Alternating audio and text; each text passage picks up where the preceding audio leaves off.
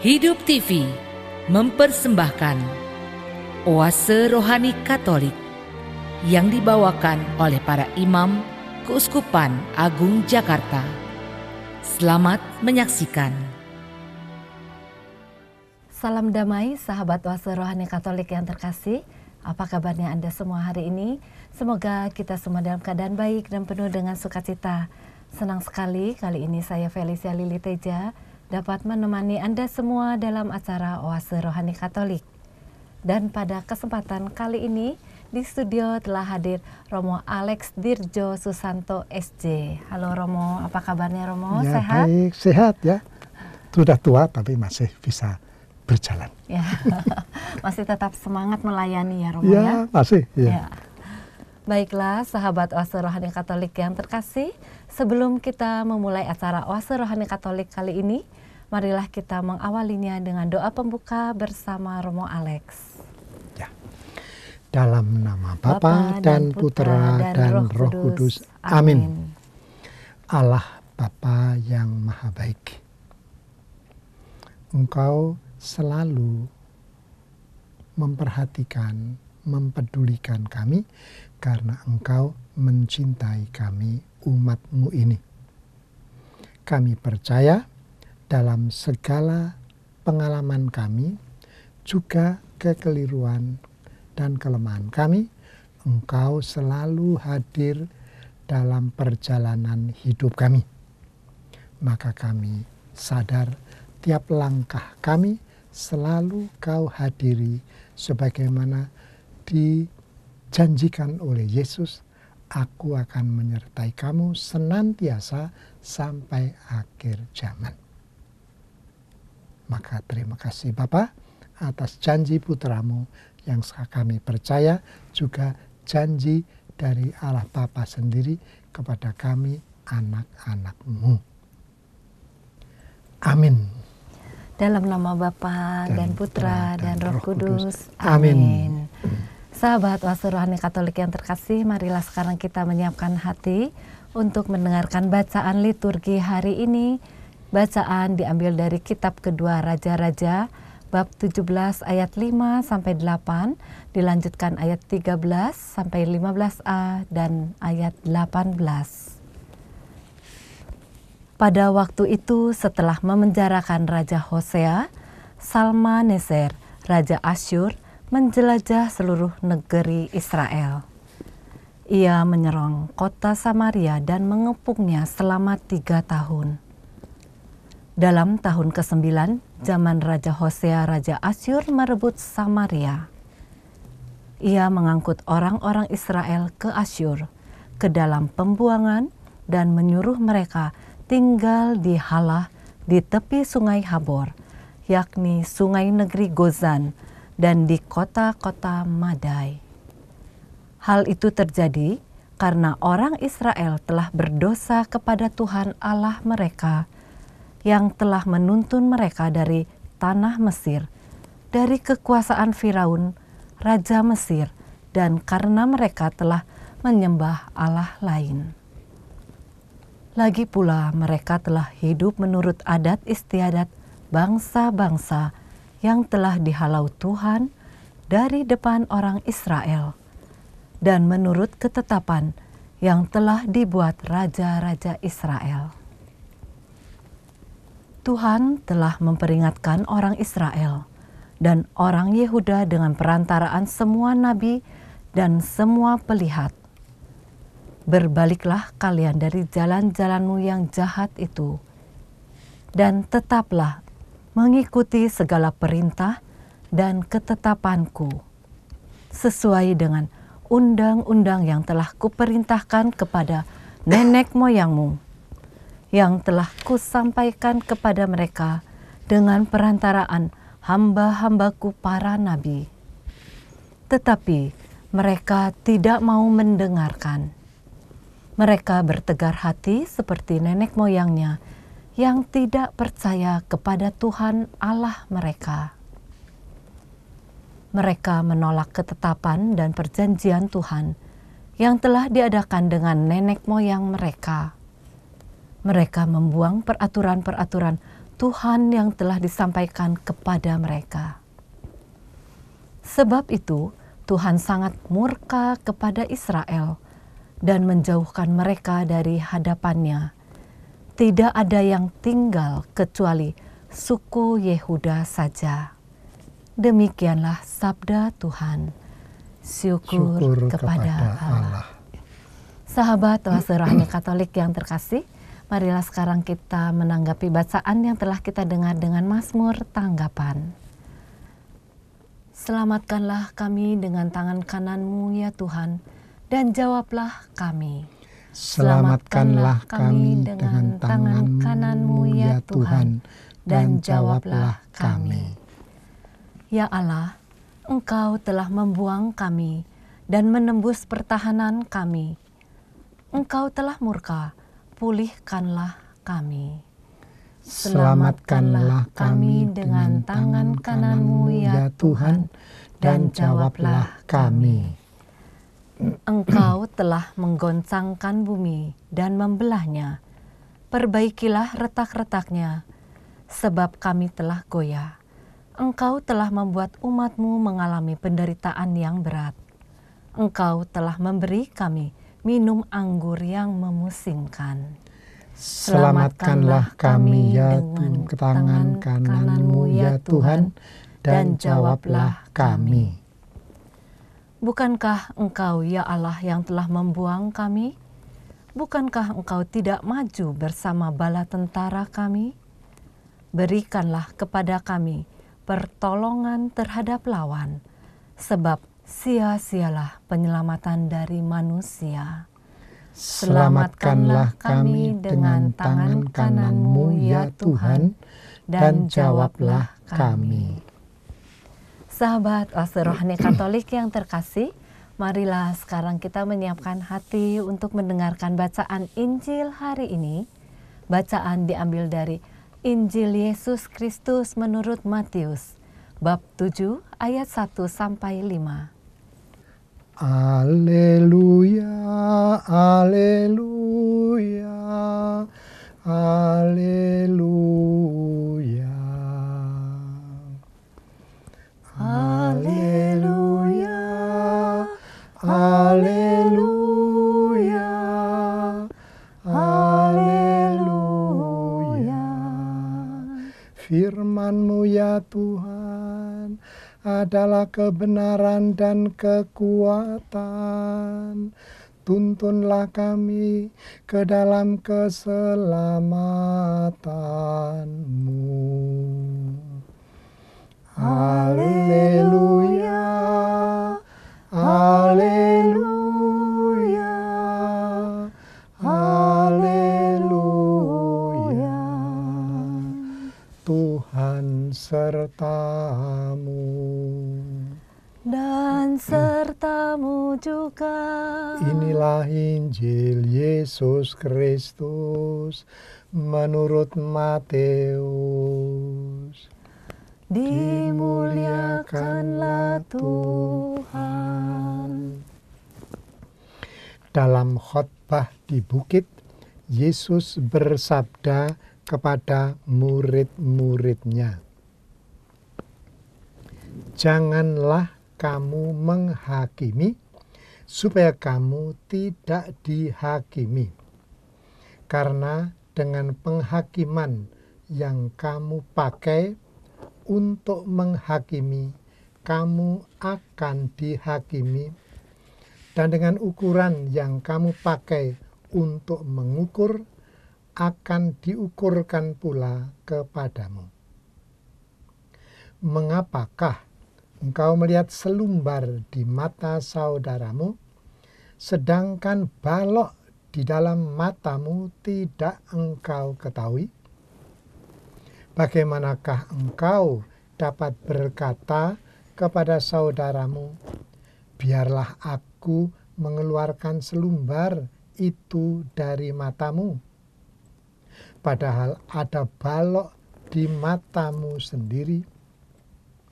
Hai orang munafik, keluarkanlah dahulu balok dari matamu, maka engkau akan melihat dengan jelas untuk mengeluarkan selumbar itu dari mata saudaramu. Demikianlah Injil Tuhan. Terpujilah Kristus.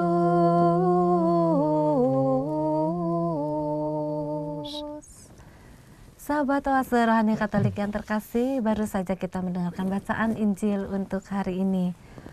Romo Alex, kiranya kabar sukacita atau inspirasi apa yang dapat disampaikan pada hari ini, Romo? Iya, ada banyak. Banyak ya, Romo. Tetapi ya. saya pilih satu saja yang mengesan bagi saya. Yesus berkata, jangan menghakimi. Itulah pesan yang sangat singkat dan jelas untuk kita semua, saya dan para pendengar sekalian yang terhormat. Jangan menghakimi. Mungkin dalam renungan saya akan ingat terlebih dahulu bacaan pertama.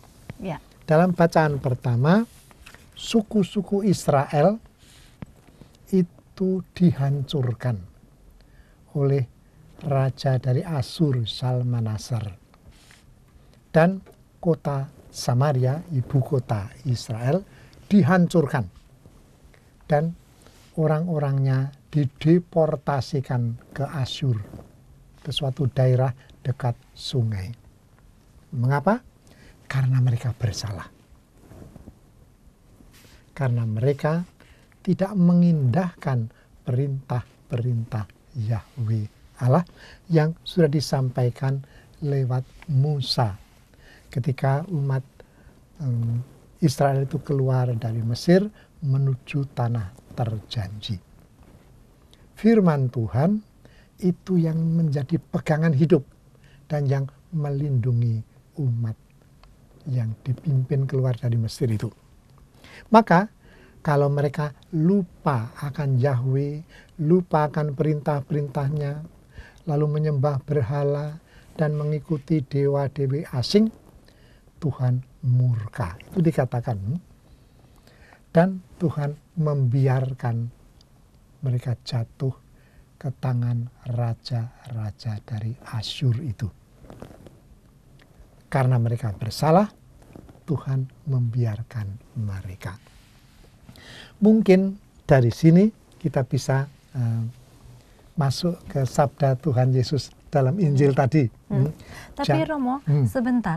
Tadi dikatakan juga di sini di ayat yang ke-13 ya Romo, dikatakan Tuhan telah memperingatkan orang Israel dan orang Yehuda dengan perantaraan semua nabi dan semua pelihat. Berbaliklah kalian dari jalan-jalanmu yang jahat itu, dan tetaplah mengikuti segala perintah dan ketetapanku, sesuai dengan undang-undang yang telah kuperintahkan kepada nenek moyangmu, yang telah kusampaikan kepada mereka dengan perantaraan hamba-hambaku para nabi. Di sini Tuhan tetap memperingatkan orang Israel itu ya Romo? Ya, betul. Jadi dari pihak Tuhan telah memberikan perintah.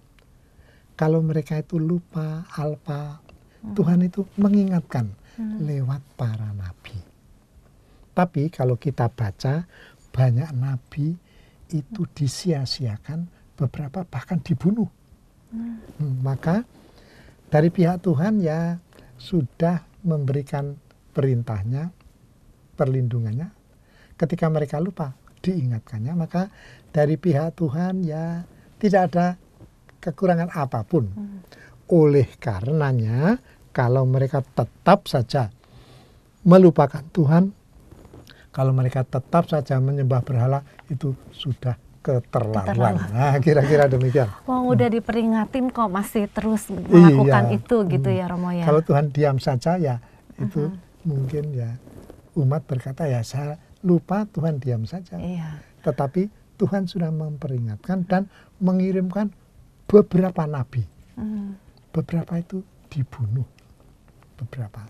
Jadi sama juga ya Romo, kalau misalnya dalam masyarakat kita, kehidupan kita, misalnya kita menemukan teman kita yang melakukan hal yang salah, kita wajib menegurnya gitu, Romo. Kita wajib menegurnya. Apalagi kalau kita itu mencinta. Seperti orang tua yang mencinta anaknya. Kalau anaknya itu bandel, diperingatkan. Bukan karena itu menjengkelkan saja, tapi karena orang tua itu mencinta anaknya. Teguran karena cinta selalu lebih berharga dan mungkin juga lebih mudah ditangkap. Teguran untuk suatu kebaikan gitu, Romo. Ya, demi kebaikan, Demi kebaikan. dan muncul dari kebaikan. Nah, oke. Ya. Lain karena saya marah lalu membentak, diam kamu, jangan omong seenaknya. Itu menegur, tapi mungkin dari kemarahan. Sedang kalau orang tua berkata, kalau di gereja jangan omong-omong. Ya. Di gereja kamu harus berdoa kepada Tuhan. Dan kalau imam berdoa atau memberi homili, kita mendengarkan, tidak berceloteh sendiri. Nah, itu peringatan yang keluar dari hati orang tua yang mencinta anaknya. Menegur dengan cinta kasih. Ya. Menegur dengan cinta kasih. Ya. Ya. Aku tidak pernah punya anak cucu, tapi sering melihat orang tua yang... Anak cucunya banyak, Romo. Umatnya banyak, ya, kan, Romo? umatnya. Ya. Apalagi kalau sudah 80 tahun. Ya. Cucunya saya dipanggil engkong oleh beberapa umat. Mungkin karena matanya kecil dan kepalanya butak. Ya. Selanjutnya, Romo, apa yang bisa disampaikan lagi? Jadi kita tahu umat Israel itu salah. Tetapi dari kata-kata Yesus, jangan menghakimi. Ya. Artinya mereka memang bersalah, tapi jangan mengira kita umat zaman sekarang ini jauh lebih baik. Tidak. Jangan-jangan kita juga punya kekurangan, bahkan ada balok di mata kita. Ya. Dan Yesus berkata itu, jangan menghakimi. Perintah yang singkat dan jelas dari Sabda di Bukit ini pantas kita analisa sedikit. Ya. Kita kaji sedikit bagaimana itu melaksanakan jangan menghakimi. Karena kalau dalam kehidupan keseharian kita itu seringkali mudah melihat kekurangan orang lain. Betul, mudah. Ya. Dan mengkritiknya. Kadang-kadang tanpa sadar menjelekkan orang lain. Yesus berkata, kalau kamu mengkritik, kamu akan dikritik. Ya. Kalau kamu diam saja, mungkin memahami, lalu lebih aman. Itu kata Yesus, jangan menghakimi supaya kamu tidak dihakimi. Pakailah ukuran yang kau suka pakai sendiri, sehingga kelak kamu tidak akan dikejutkan dengan ukuran yang dulu kau pakai, sekarang dipakai oleh Tuhan bagimu.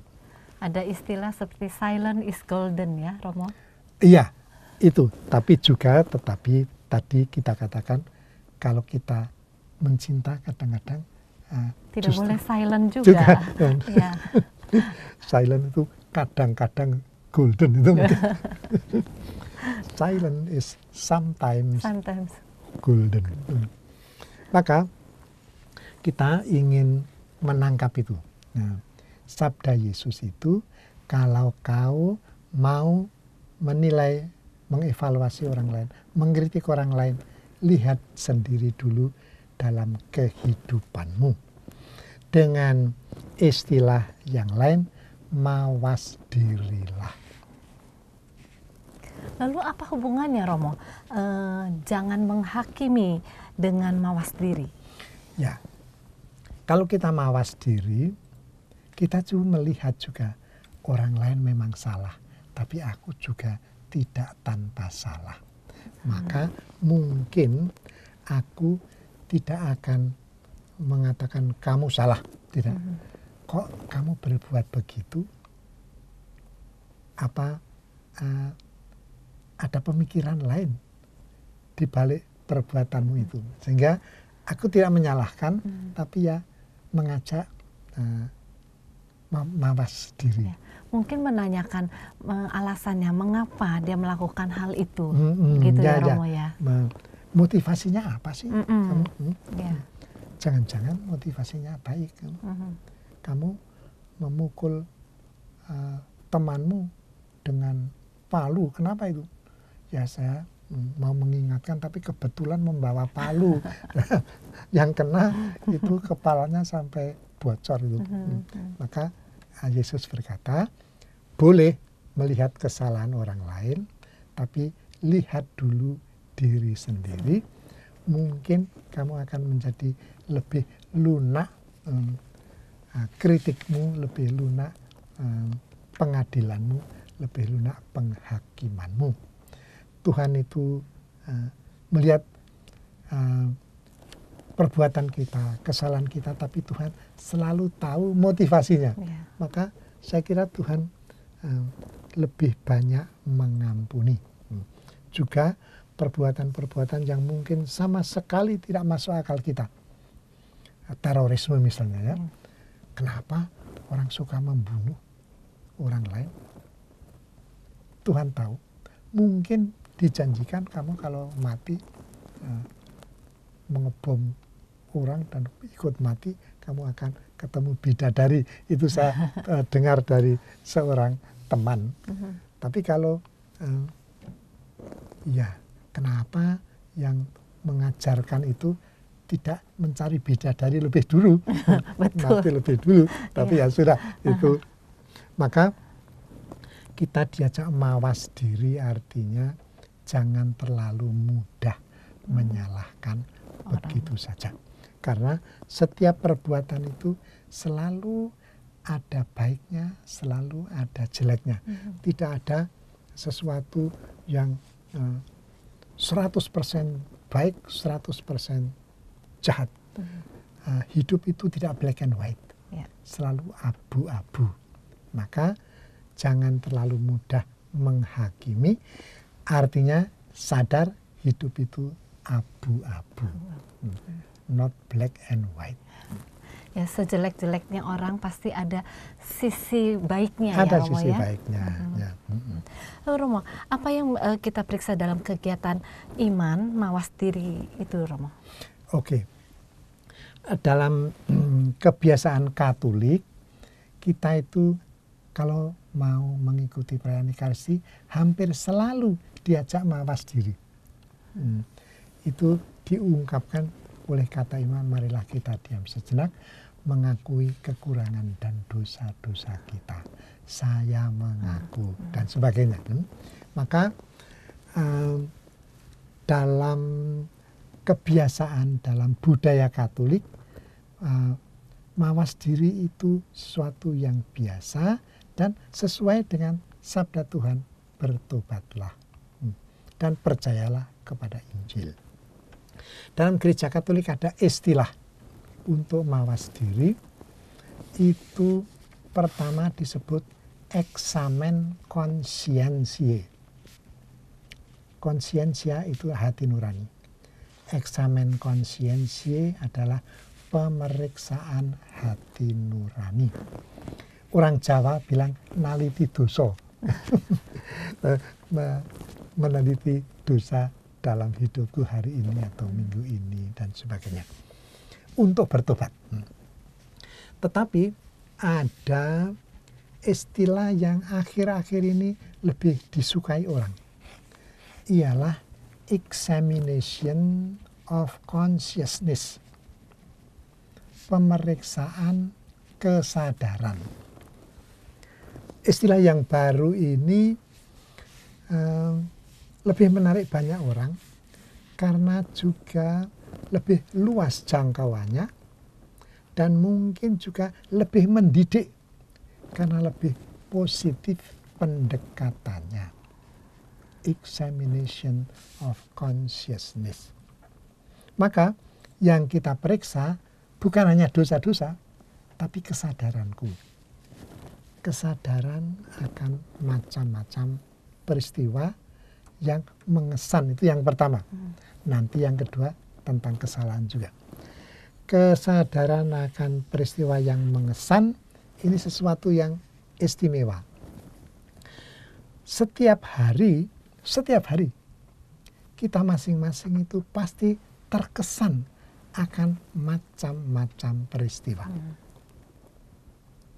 Seorang bapak itu suatu hari tidak marah. Anaknya bilang, "Pak, kok tumben hari ini?" "Tumben apa?" "Biasanya papa marah, bangun pagi marah, mau berangkat kerja marah. Hari ini kok tidak marah?" "Tumben itu." "Kamu mau dimarahi?" "Bukan, saya hanya terkesan pagi ini bapak sabar." Mungkin karena nanti seminggu lagi libur ya Pak. Libur. Yang libur kan kamu, anak sekolah. Papa masih kerja saja. Tapi anak itu terkesan oleh kesabaran bapaknya yang biasa marah. Lalu kesan itu ada macam-macam. Kesan itu bisa positif, misalnya terharu, terpesona, heran, takjub. Tapi juga bisa negatif, terkejut, kecewa, marah. Orang marah itu terkesan akan sesuatu yang keliru, negatif, sesuatu yang menyakitkan. Maka dalam examination of consciousness kita itu selalu akan menemukan hal yang mengesan. Tadi saya mau berangkat ke rekaman ini ya, itu saya mau cari Grab, tapi kebetulan ada tetangga orang Islam berkata, "Mau kemana Romo?" "Saya mau ke katedral." "Oh, depan Istiqlal itu ya?" "Iya." "Naik apa?" "Ya, di sini ada mobil tapi nggak ada sopir." Kalau begitu saya boleh ngantar." "Oh, dengan senang hati." "Nggak usah dibayar Romo." "Kenapa?" "Dikasih uang saja." Ya oke. Maka saya terkesan akan kebaikan tetangga itu, Pak Wahyu namanya. Di situ terlihat kebersamaan, kerukunan antar agama ya Romo ya. Iya. Bahkan kemarin sore paroki itu mengadakan buka puasa. Buka puasa bersama. Santo Robertus Bellarminus mengajak umat se-RW. Dan di RW itu ada 11 kalau tidak salah RT. Maka tiap RT diwakili kalau tidak salah oleh 2 atau 3 orang berkumpul di balai RW. Dan paroki yang menyumbangkan makanan dan minuman. Sudah tahun lalu juga, sekarang juga. Sangat indah perbedaan dalam kebersamaan ya Romo ya. Iya, mungkin itu yang terjadi di paroki kampung. Cililitan itu paroki kampung. Umatnya itu ya menengah ke bawah. Sahabat Oase Rohani Katolik yang terkasih, nampaknya kita harus segera mengakhiri acara Oase Rohani Katolik di sesi yang pertama ini. Kita akan merenungkan sejenak apa yang telah disampaikan oleh Romo Alex dan akan kita lanjutkan kembali di sesi yang kedua dalam acara yang sama, Oase Rohani Katolik. Hidup TV mempersembahkan Oase Rohani Katolik yang dibawakan oleh para imam Keuskupan Agung Jakarta. Selamat menyaksikan. Halo sahabat Oase Rohani Katolik yang terkasih, jumpa kembali kita dalam acara Oase Rohani Katolik di sesi yang kedua. Anda masih ditemani oleh Romo Alex Dirjo Susanto SJ dan saya Felicia Lili Teja. Bagi saudara-saudari yang terkasih, jika Anda mempunyai pertanyaan atau ingin sharing iman, Anda dapat mengirimkannya melalui SMS ke nomor 0822 1036 1555 atau dapat juga mengirimkannya melalui email ke alamat email kami di orkkaj@yahoo.com. Sahabat Oase Rohani Katolik yang terkasih, kita akan masuk ke sesi yang kedua. Romo Alex, sebelum memulai sesi yang kedua ini, kiranya Romo berkenan untuk mengulang sedikit apa yang telah disampaikan dari sesi yang pertama tadi, Romo. Oke. Jadi pada sesi pertama saya mengatakan kita itu memeriksa pengalaman-pengalaman yang mengesan. Lalu ada teori. Setiap kali orang terkesan akan sesuatu, Tuhan Allah sedang menyapa dia secara pribadi. Maka misalnya saya melihat foto seekor anjing yang katanya menemukan anak bayi di sampah. Dan diangkatnya dengan moncongnya itu dan dibawa ke rumah yang dekat. Lalu dia menunggu di sana sampai tuan rumah membuka pintu dan dia macam mengatakan, ini ada bayi. Saya sangat terkesan melihat foto anjing dengan bayi di depannya dengan tuan rumah. Pada waktu itu Tuhan menyapa aku. Kalau hewan saja mengambil bagian dalam kerahiman Allah, apalagi aku manusia. Itu pesan dari Tuhan pada saat aku melihat foto itu. Maka setiap kali orang terkesan akan apapun, positif atau negatif, Tuhan sedang menyapa dia secara pribadi. Diam, menangkap pesan, itulah kebijaksanaan. Oke, tapi mungkin bagian kedua dari examinations of consciousness itu mengenai kesalahan juga. Karena dalam kehidupan sehari-hari selalu ada kekeliruan, kesalahan. Orang membedakan dua macam kekeliruan. Yang satu, kesalahan atau kekeliruan yang disengaja dan disadari. Sudah sadar dan sengaja. Itu disebut dosa. Kekeliruan yang disadari dan disengaja itu dosa. Ada kekeliruan yang tidak disengaja dan mungkin tidak disadari. Namanya lupa, alpa, atau khilaf. Tetapi dalam mawas diri, aku juga pantas minta maaf. Aku sudah janji mau datang, lupa. Betapa jengkel teman saya. Aku sudah mau membantu, tetapi aku khilaf. Saya kira itu minta bantuan uang. Ternyata itu yang diminta itu bantuan yang berupa kehadiran. Waktu orang itu sakit, saya mau membantu, tapi yang diharapkan itu bantuan kehadiran, menjenguk, besuk, dan sebagainya. Karena uang dia tidak terlalu butuh, tapi ditemani itu sesuatu. Maka di sini ada kekhilafan. Sadar akan kesalahan yang tidak disengaja, lupa, alpa, khilaf. Tapi itu semua bisa kita sadari. Dan untuk pengalaman yang mengesan, aku menangkap pesan Tuhan bagi diriku. Untuk kesalahan, dosa atau khilaf, alpa, aku mohon maaf kepada Tuhan dan kepada orang yang kita rugikan itu. Ada pesta 50 tahun, ketika ditanya, Bapak, apa yang mengesan dari pihak istri Bapak yang setia 50 tahun? Dan Bapak tua itu mengatakan, istri saya itu selalu berterima kasih atas apa-apapun yang dia terima dari saya.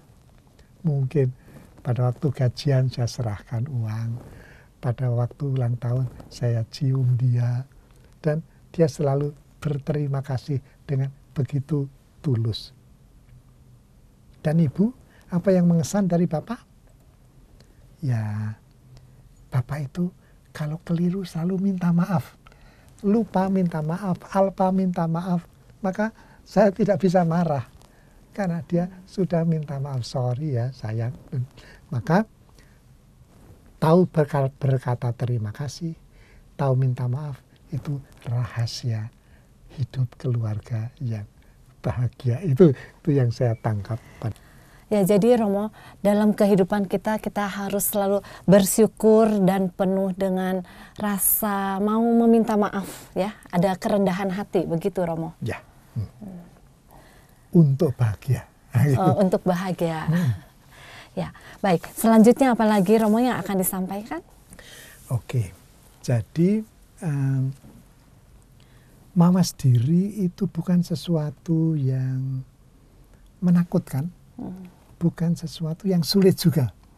Maka saya akan memberi contoh sesuatu yang bisa dilakukan kapan saja, di mana saja. Suatu doa fantasi. Sebelumnya Romo boleh menjelaskan apa sih itu doa fantasi? Seperti apa gitu Romo? Oke. Doa fantasi itu doa yang memakai khayalan. Doa yang memakai khayalan. Karena fantasi itu khayalan.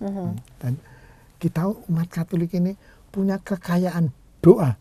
Tidak hanya berbicara kepada Tuhan, itu Protestan. Tapi juga mendengarkan Tuhan. Bahkan diam memandang Tuhan. Seperti kalau suami istri tidak selalu omong saja. Kadang-kadang hanya melihat, sudah tahu yang isi hatinya apa gitu. Isi hatinya. Ya. Nah, doa fantasi kali ini bisa dilakukan misalnya kalau saudara-saudari saya itu sedang dalam perjalanan. Naik bus, naik pesawat, naik kereta api, diam saja. Bisa diisi dengan doa fantasi dalam batin. Atau bisa pada waktu sedang antre mau ketemu dokter. Dokternya sudah janji jam 8 ini, setengah 8 saya sudah nunggu. Daripada ngelamun, saya ngelamun secara rohani. Fantasi itu lamunan, nah kira-kira ya.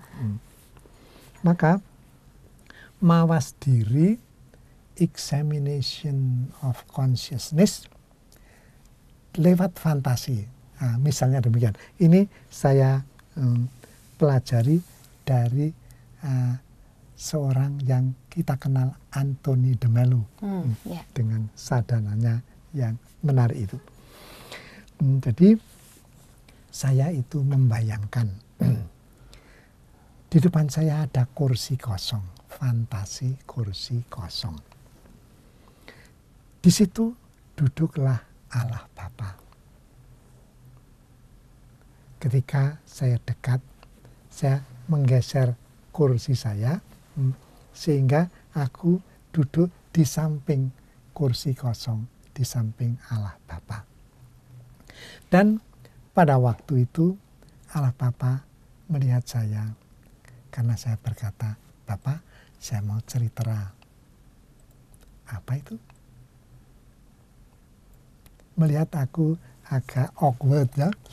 Dia meletakkan tangan kanannya pada bahu saya. Ceritakanlah. Dan dalam fantasi saya menceritakan kejengkelan saya, kelemahan saya. Dan Bapak mendengarkan dan Bapak berkata, "Aku sudah kenal kamu sejak kamu kecil.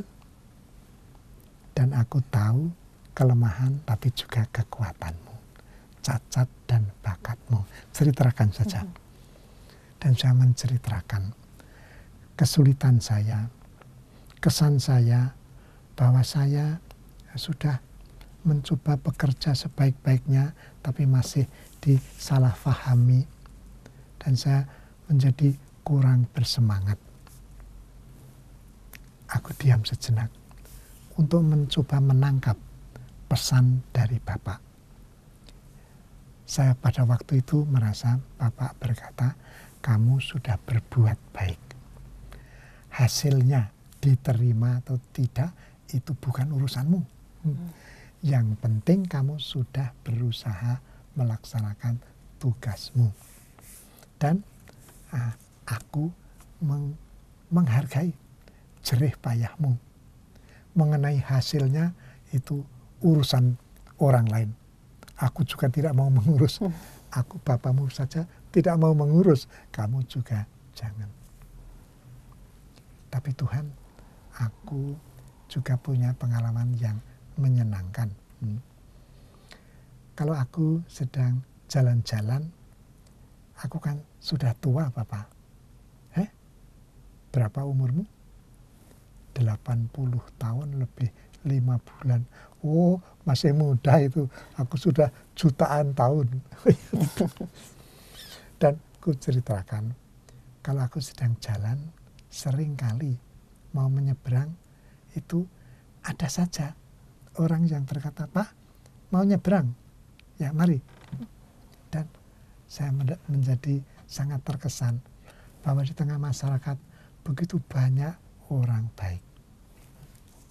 Ku ceritakan itu dalam fantasi, seolah-olah Bapak duduk di kursi kosong di sampingku. Atau kalau mau, Yesus duduk di kursi kosong itu. Atau Maria duduk di kursi kosong itu. Maka fantasi kursi kosong memudahkan mawas diri itu menjadi begitu menyenangkan. Dan tanpa sadar aku berdoa. Maka fantasi kursi kosong ini suatu mawas diri sebagai doa. Maka kalau sudah mungkin 5 menit, kadang-kadang saya bisa setengah jam berfantasi seperti itu, ngelamun seperti itu. Dan kalau sudah saya tutup dengan doa batin, Bapa kami yang ada di surga. Atau kadang-kadang saya bahkan menyanyikan lagu yang kalau boleh kita nyanyi bersama-sama. Lagu apa itu, Romo? Tiap langkahku. Boleh Romo. Sol, ya. do, mi, sol. Sahabat Oase Rohani Katolik yang terkasih, marilah sekarang kita bersama-sama menyanyikan lagu Tiap Langkahku. Mari Ya, Romo. yang dihadiri Tuhan itu ya. Ya. Sol, do, mi, sol. Setiap langkahku diatur oleh Tuhan, dan tangan kasih-Nya memimpinku. Di tengah gelombang dunia menakutkan, hatiku tetap tenang teguh. Tiap langkahku, ku tahu Tuhan yang pimpin. Di tempat tinggiku di antaranya, hingga sekali nanti aku tiba di rumah Bapa surga yang takkan. Di waktu imanku mulai melemah, dan bila jalanku hampir sesat, ku pandang Juru Selamatku yang esa. Aku kuat sebab Tuhan dekat. Tiap langkahku, ku tahu Tuhan yang pimpin. ke tempat tinggi ku diantarnya, hingga sekali nanti aku tiba di rumah Bapa surga yang bakal.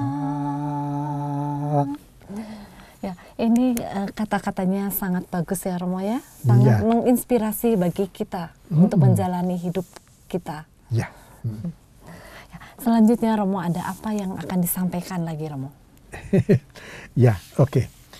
Hidup itu berharga karena selalu diwarnai dengan banyak pengalaman yang mengesan, tapi juga menjadi tidak kalah berharga dengan banyak kesalahan. Mengapa? Karena pengalaman-pengalaman yang mengesan itu selalu mengandung hikmah, mengandung pesan khusus dari Tuhan. Dan kesalahan, kekurangan itu ternyata juga suatu anugerah. Orang menyebut blessing in disguise. Mengapa? Kalau orang menyadari kelemahan, kelupaan, kealpaan, dosa, orang itu menjadi rendah hati. Dan kitab suci mengatakan Allah mencintai orang yang rendah hati. Bunda Maria itu orang yang istimewa. Aku ini hamba Tuhan. Rendah hati itu. Terjadilah padaku menurut perkataanmu. Tetapi pengalaman yang mengesan, kealpaan yang membuat rendah hati itu tidak cukup. Kadang-kadang harus disadari. Maka ada examination of consciousness, pemeriksaan kesadaran, supaya pengalaman yang mengesan, peristiwa yang membuat orang rendah hati itu tidak lewat begitu saja, tapi tersimpan menjadi harta bagi hidupku, hidup saudara-saudariku masing-masing itu. Maka menyadari itu tambahan dari mengalami. Dan itu yang membuat orang jadi bijaksana. Begitu? Nah, Romo, sekarang bagaimana supaya hidup kita itu bisa menjadi berkesan, Romo?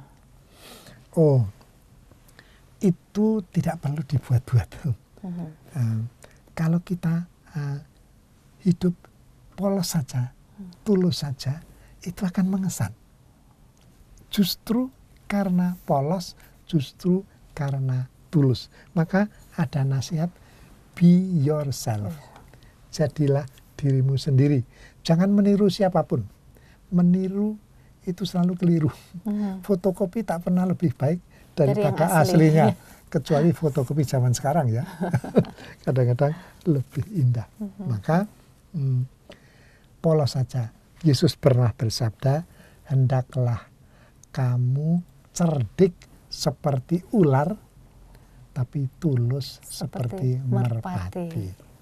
Cerdik seperti ular itu gunakanlah akal budimu untuk belajar, untuk menyadari. Karena kesadaran itu kegiatan budi dan hati. Tapi hidupmu sendiri silakan tulus seperti merpati. Kalau itu terjadi, entah bagaimana orang bisa terkesan. Jadi tidak perlu aku berusaha tak pernah keliru. Orang keliru itu biasa. Kalau mengatakan sorry ya, tadi aku lupa bahwa engkau itu orang penting di sini. Saya kira Bapak Uskup itu tadi Pak siapa pakai baju batik, maka aku lewat kurang hormat. Sorry ya, Bapak Uskup. Hanya berkata itu semua menjadi indah lagi, mengesan. Ya. Romo, saya ingin menanyakan sedikit Romo mengenai dari Injil Yesus Kristus menurut Matius bab 7 di ayat yang ketiga dikatakan, mengapakah engkau melihat selumbar di mata saudaramu, sedangkan balok di dalam matamu sendiri tidak engkau ketahui. Ya. Maksudnya apa ini, Romo? Sabda Yesus itu seringkali lebay. Istilahnya hiperbul. Ini berlebih-lebihan ya, Romo? Berlebihan. Tapi orang Yahudi tahu itu. Kita pikir bagaimana balok bisa di mata. Iya. Tapi maksudnya kalau matamu tertutup, mungkin dengan ketidaksadaran, kamu tidak bisa melihat kekurangan orang lain. Maka jangan mengadili, jangan menghakimi. Jadi sabda Yesus itu kan banyak yang sulit dipahami. Ini juga tidak terlalu mudah, tapi ada lagi, biarlah yang mati menguburkan yang mati. Iya. Itu kan bagaimana misalnya? Bagaimana orang mati bisa menguburkan yang mati? Iya, bagaimana itu? Ternyata maksudnya kamu ikutlah aku. Yang lain itu akan diurus oleh Tuhan Allah. Yesus pernah bersabda, carilah kerajaan Allah dan kebenarannya, yang lain akan ditambahkan kepadamu. Maka biarlah yang mati menguburkan yang mati. Apalagi kalau kau tidak membenci bapak ibumu, suamimu, anakmu, bahkan dirimu sendiri, tak pantas jadi muridku. Membenci, katanya itu harus mengasihi. Bagaimana itu? Nah, kata-kata atau sabda Yesus yang sulit dipahami pantas direnungkan lebih cermat. Karena pasti ada ekornya. Ekornya sebetulnya ialah kalau kamu mau menjadi gambar Allah, karena Allah menciptakan manusia menjadi gambarnya, kamu harus melihat aku.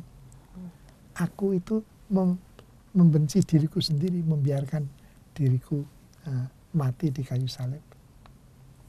Oh ya, jadi sabda-sabda yang sukar itu harus dilihat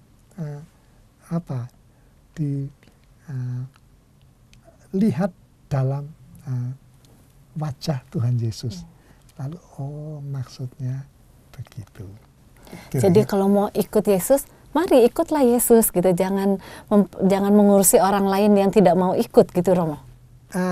Ya dan tidak. Artinya ikut Yesus itu ada waktunya harus memperhatikan orang lain juga. Tetapi dalam nama Yesus. Santo Ignatius berkata demikian. Manusia diciptakan untuk memuji dan mengabdi Tuhan Allah. Dengan itu dia akan menyelamatkan jiwanya. Apapun di atas permukaan bumi harus dipakai kalau itu membantu mencapai tujuan. Harus dilepaskan kalau tidak membantu. Maka kalau ayahku dipanggil Tuhan, ku lepaskan itu dengan segala rela hati. Mungkin dengan menangis, tapi ku persembahkan ayahku yang sudah almarhum ini. Karena sekarang aku harus melanjutkan perjalanan hidupku sendiri supaya tidak terlalu tergantung pada ayah, juga tidak terganggu oleh ayah. Maka kadang-kadang harus memperhatikan, kadang-kadang harus melepaskan. Jadi lihat situasinya juga ya, Romo ya. Lihat situasinya. Ya. Baiklah sahabat Oase Rohani Katolik yang terkasih, waktu berjalan begitu cepat dan kita harus segera mengakhiri acara Oase Rohani Katolik kali ini. Tapi sebelumnya kita akan doa penutup dan mohon berkat ya, Romo. Ya. Oke. Marilah kita berdoa dalam nama Bapa dan Putra dan Roh Kudus. Amin.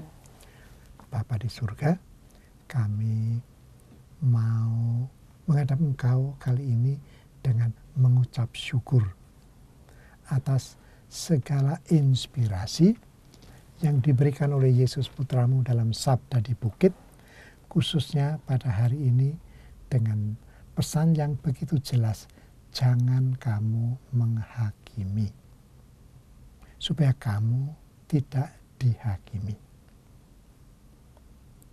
Bapa, bukalah hati kami untuk bisa menyadari kebaikan Allah dan kebaikan sesama, juga yang kadang-kadang nampaknya tidak begitu mudah kami lihat kebaikannya. Dalam diri kami ada pesan dari keuskupan untuk tahun depan yang disebut apresiatif outlook.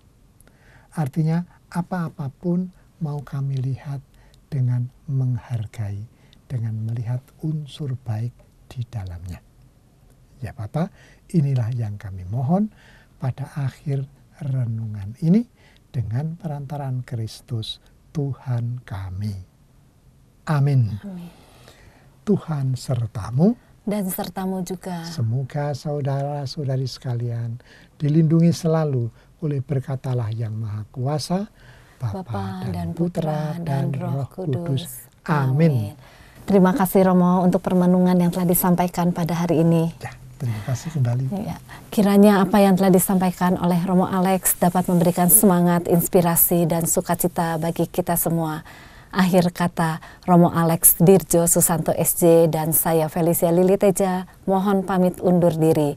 Salam persatuan dalam kebinekaan. Kita bineka, kita Indonesia. Demikianlah oase rohani Katolik yang dibawakan oleh para imam Keuskupan Agung Jakarta. Tuhan memberkati. Jangan biarkan ku sendiri, tapi terangi dan bimbing jalanku, menjadi perantara pada Bapa, penunjuk jalan hidupku. Bunda pilihan Allah bermahkotakan bintang-bintang di angkasa. Bunda yang tabah penuh kasih Allah, dengarkanlah doa kami. Salam Maria yang penuh rahmat, doakan kami yang penuh dosa, sekarang selamanya.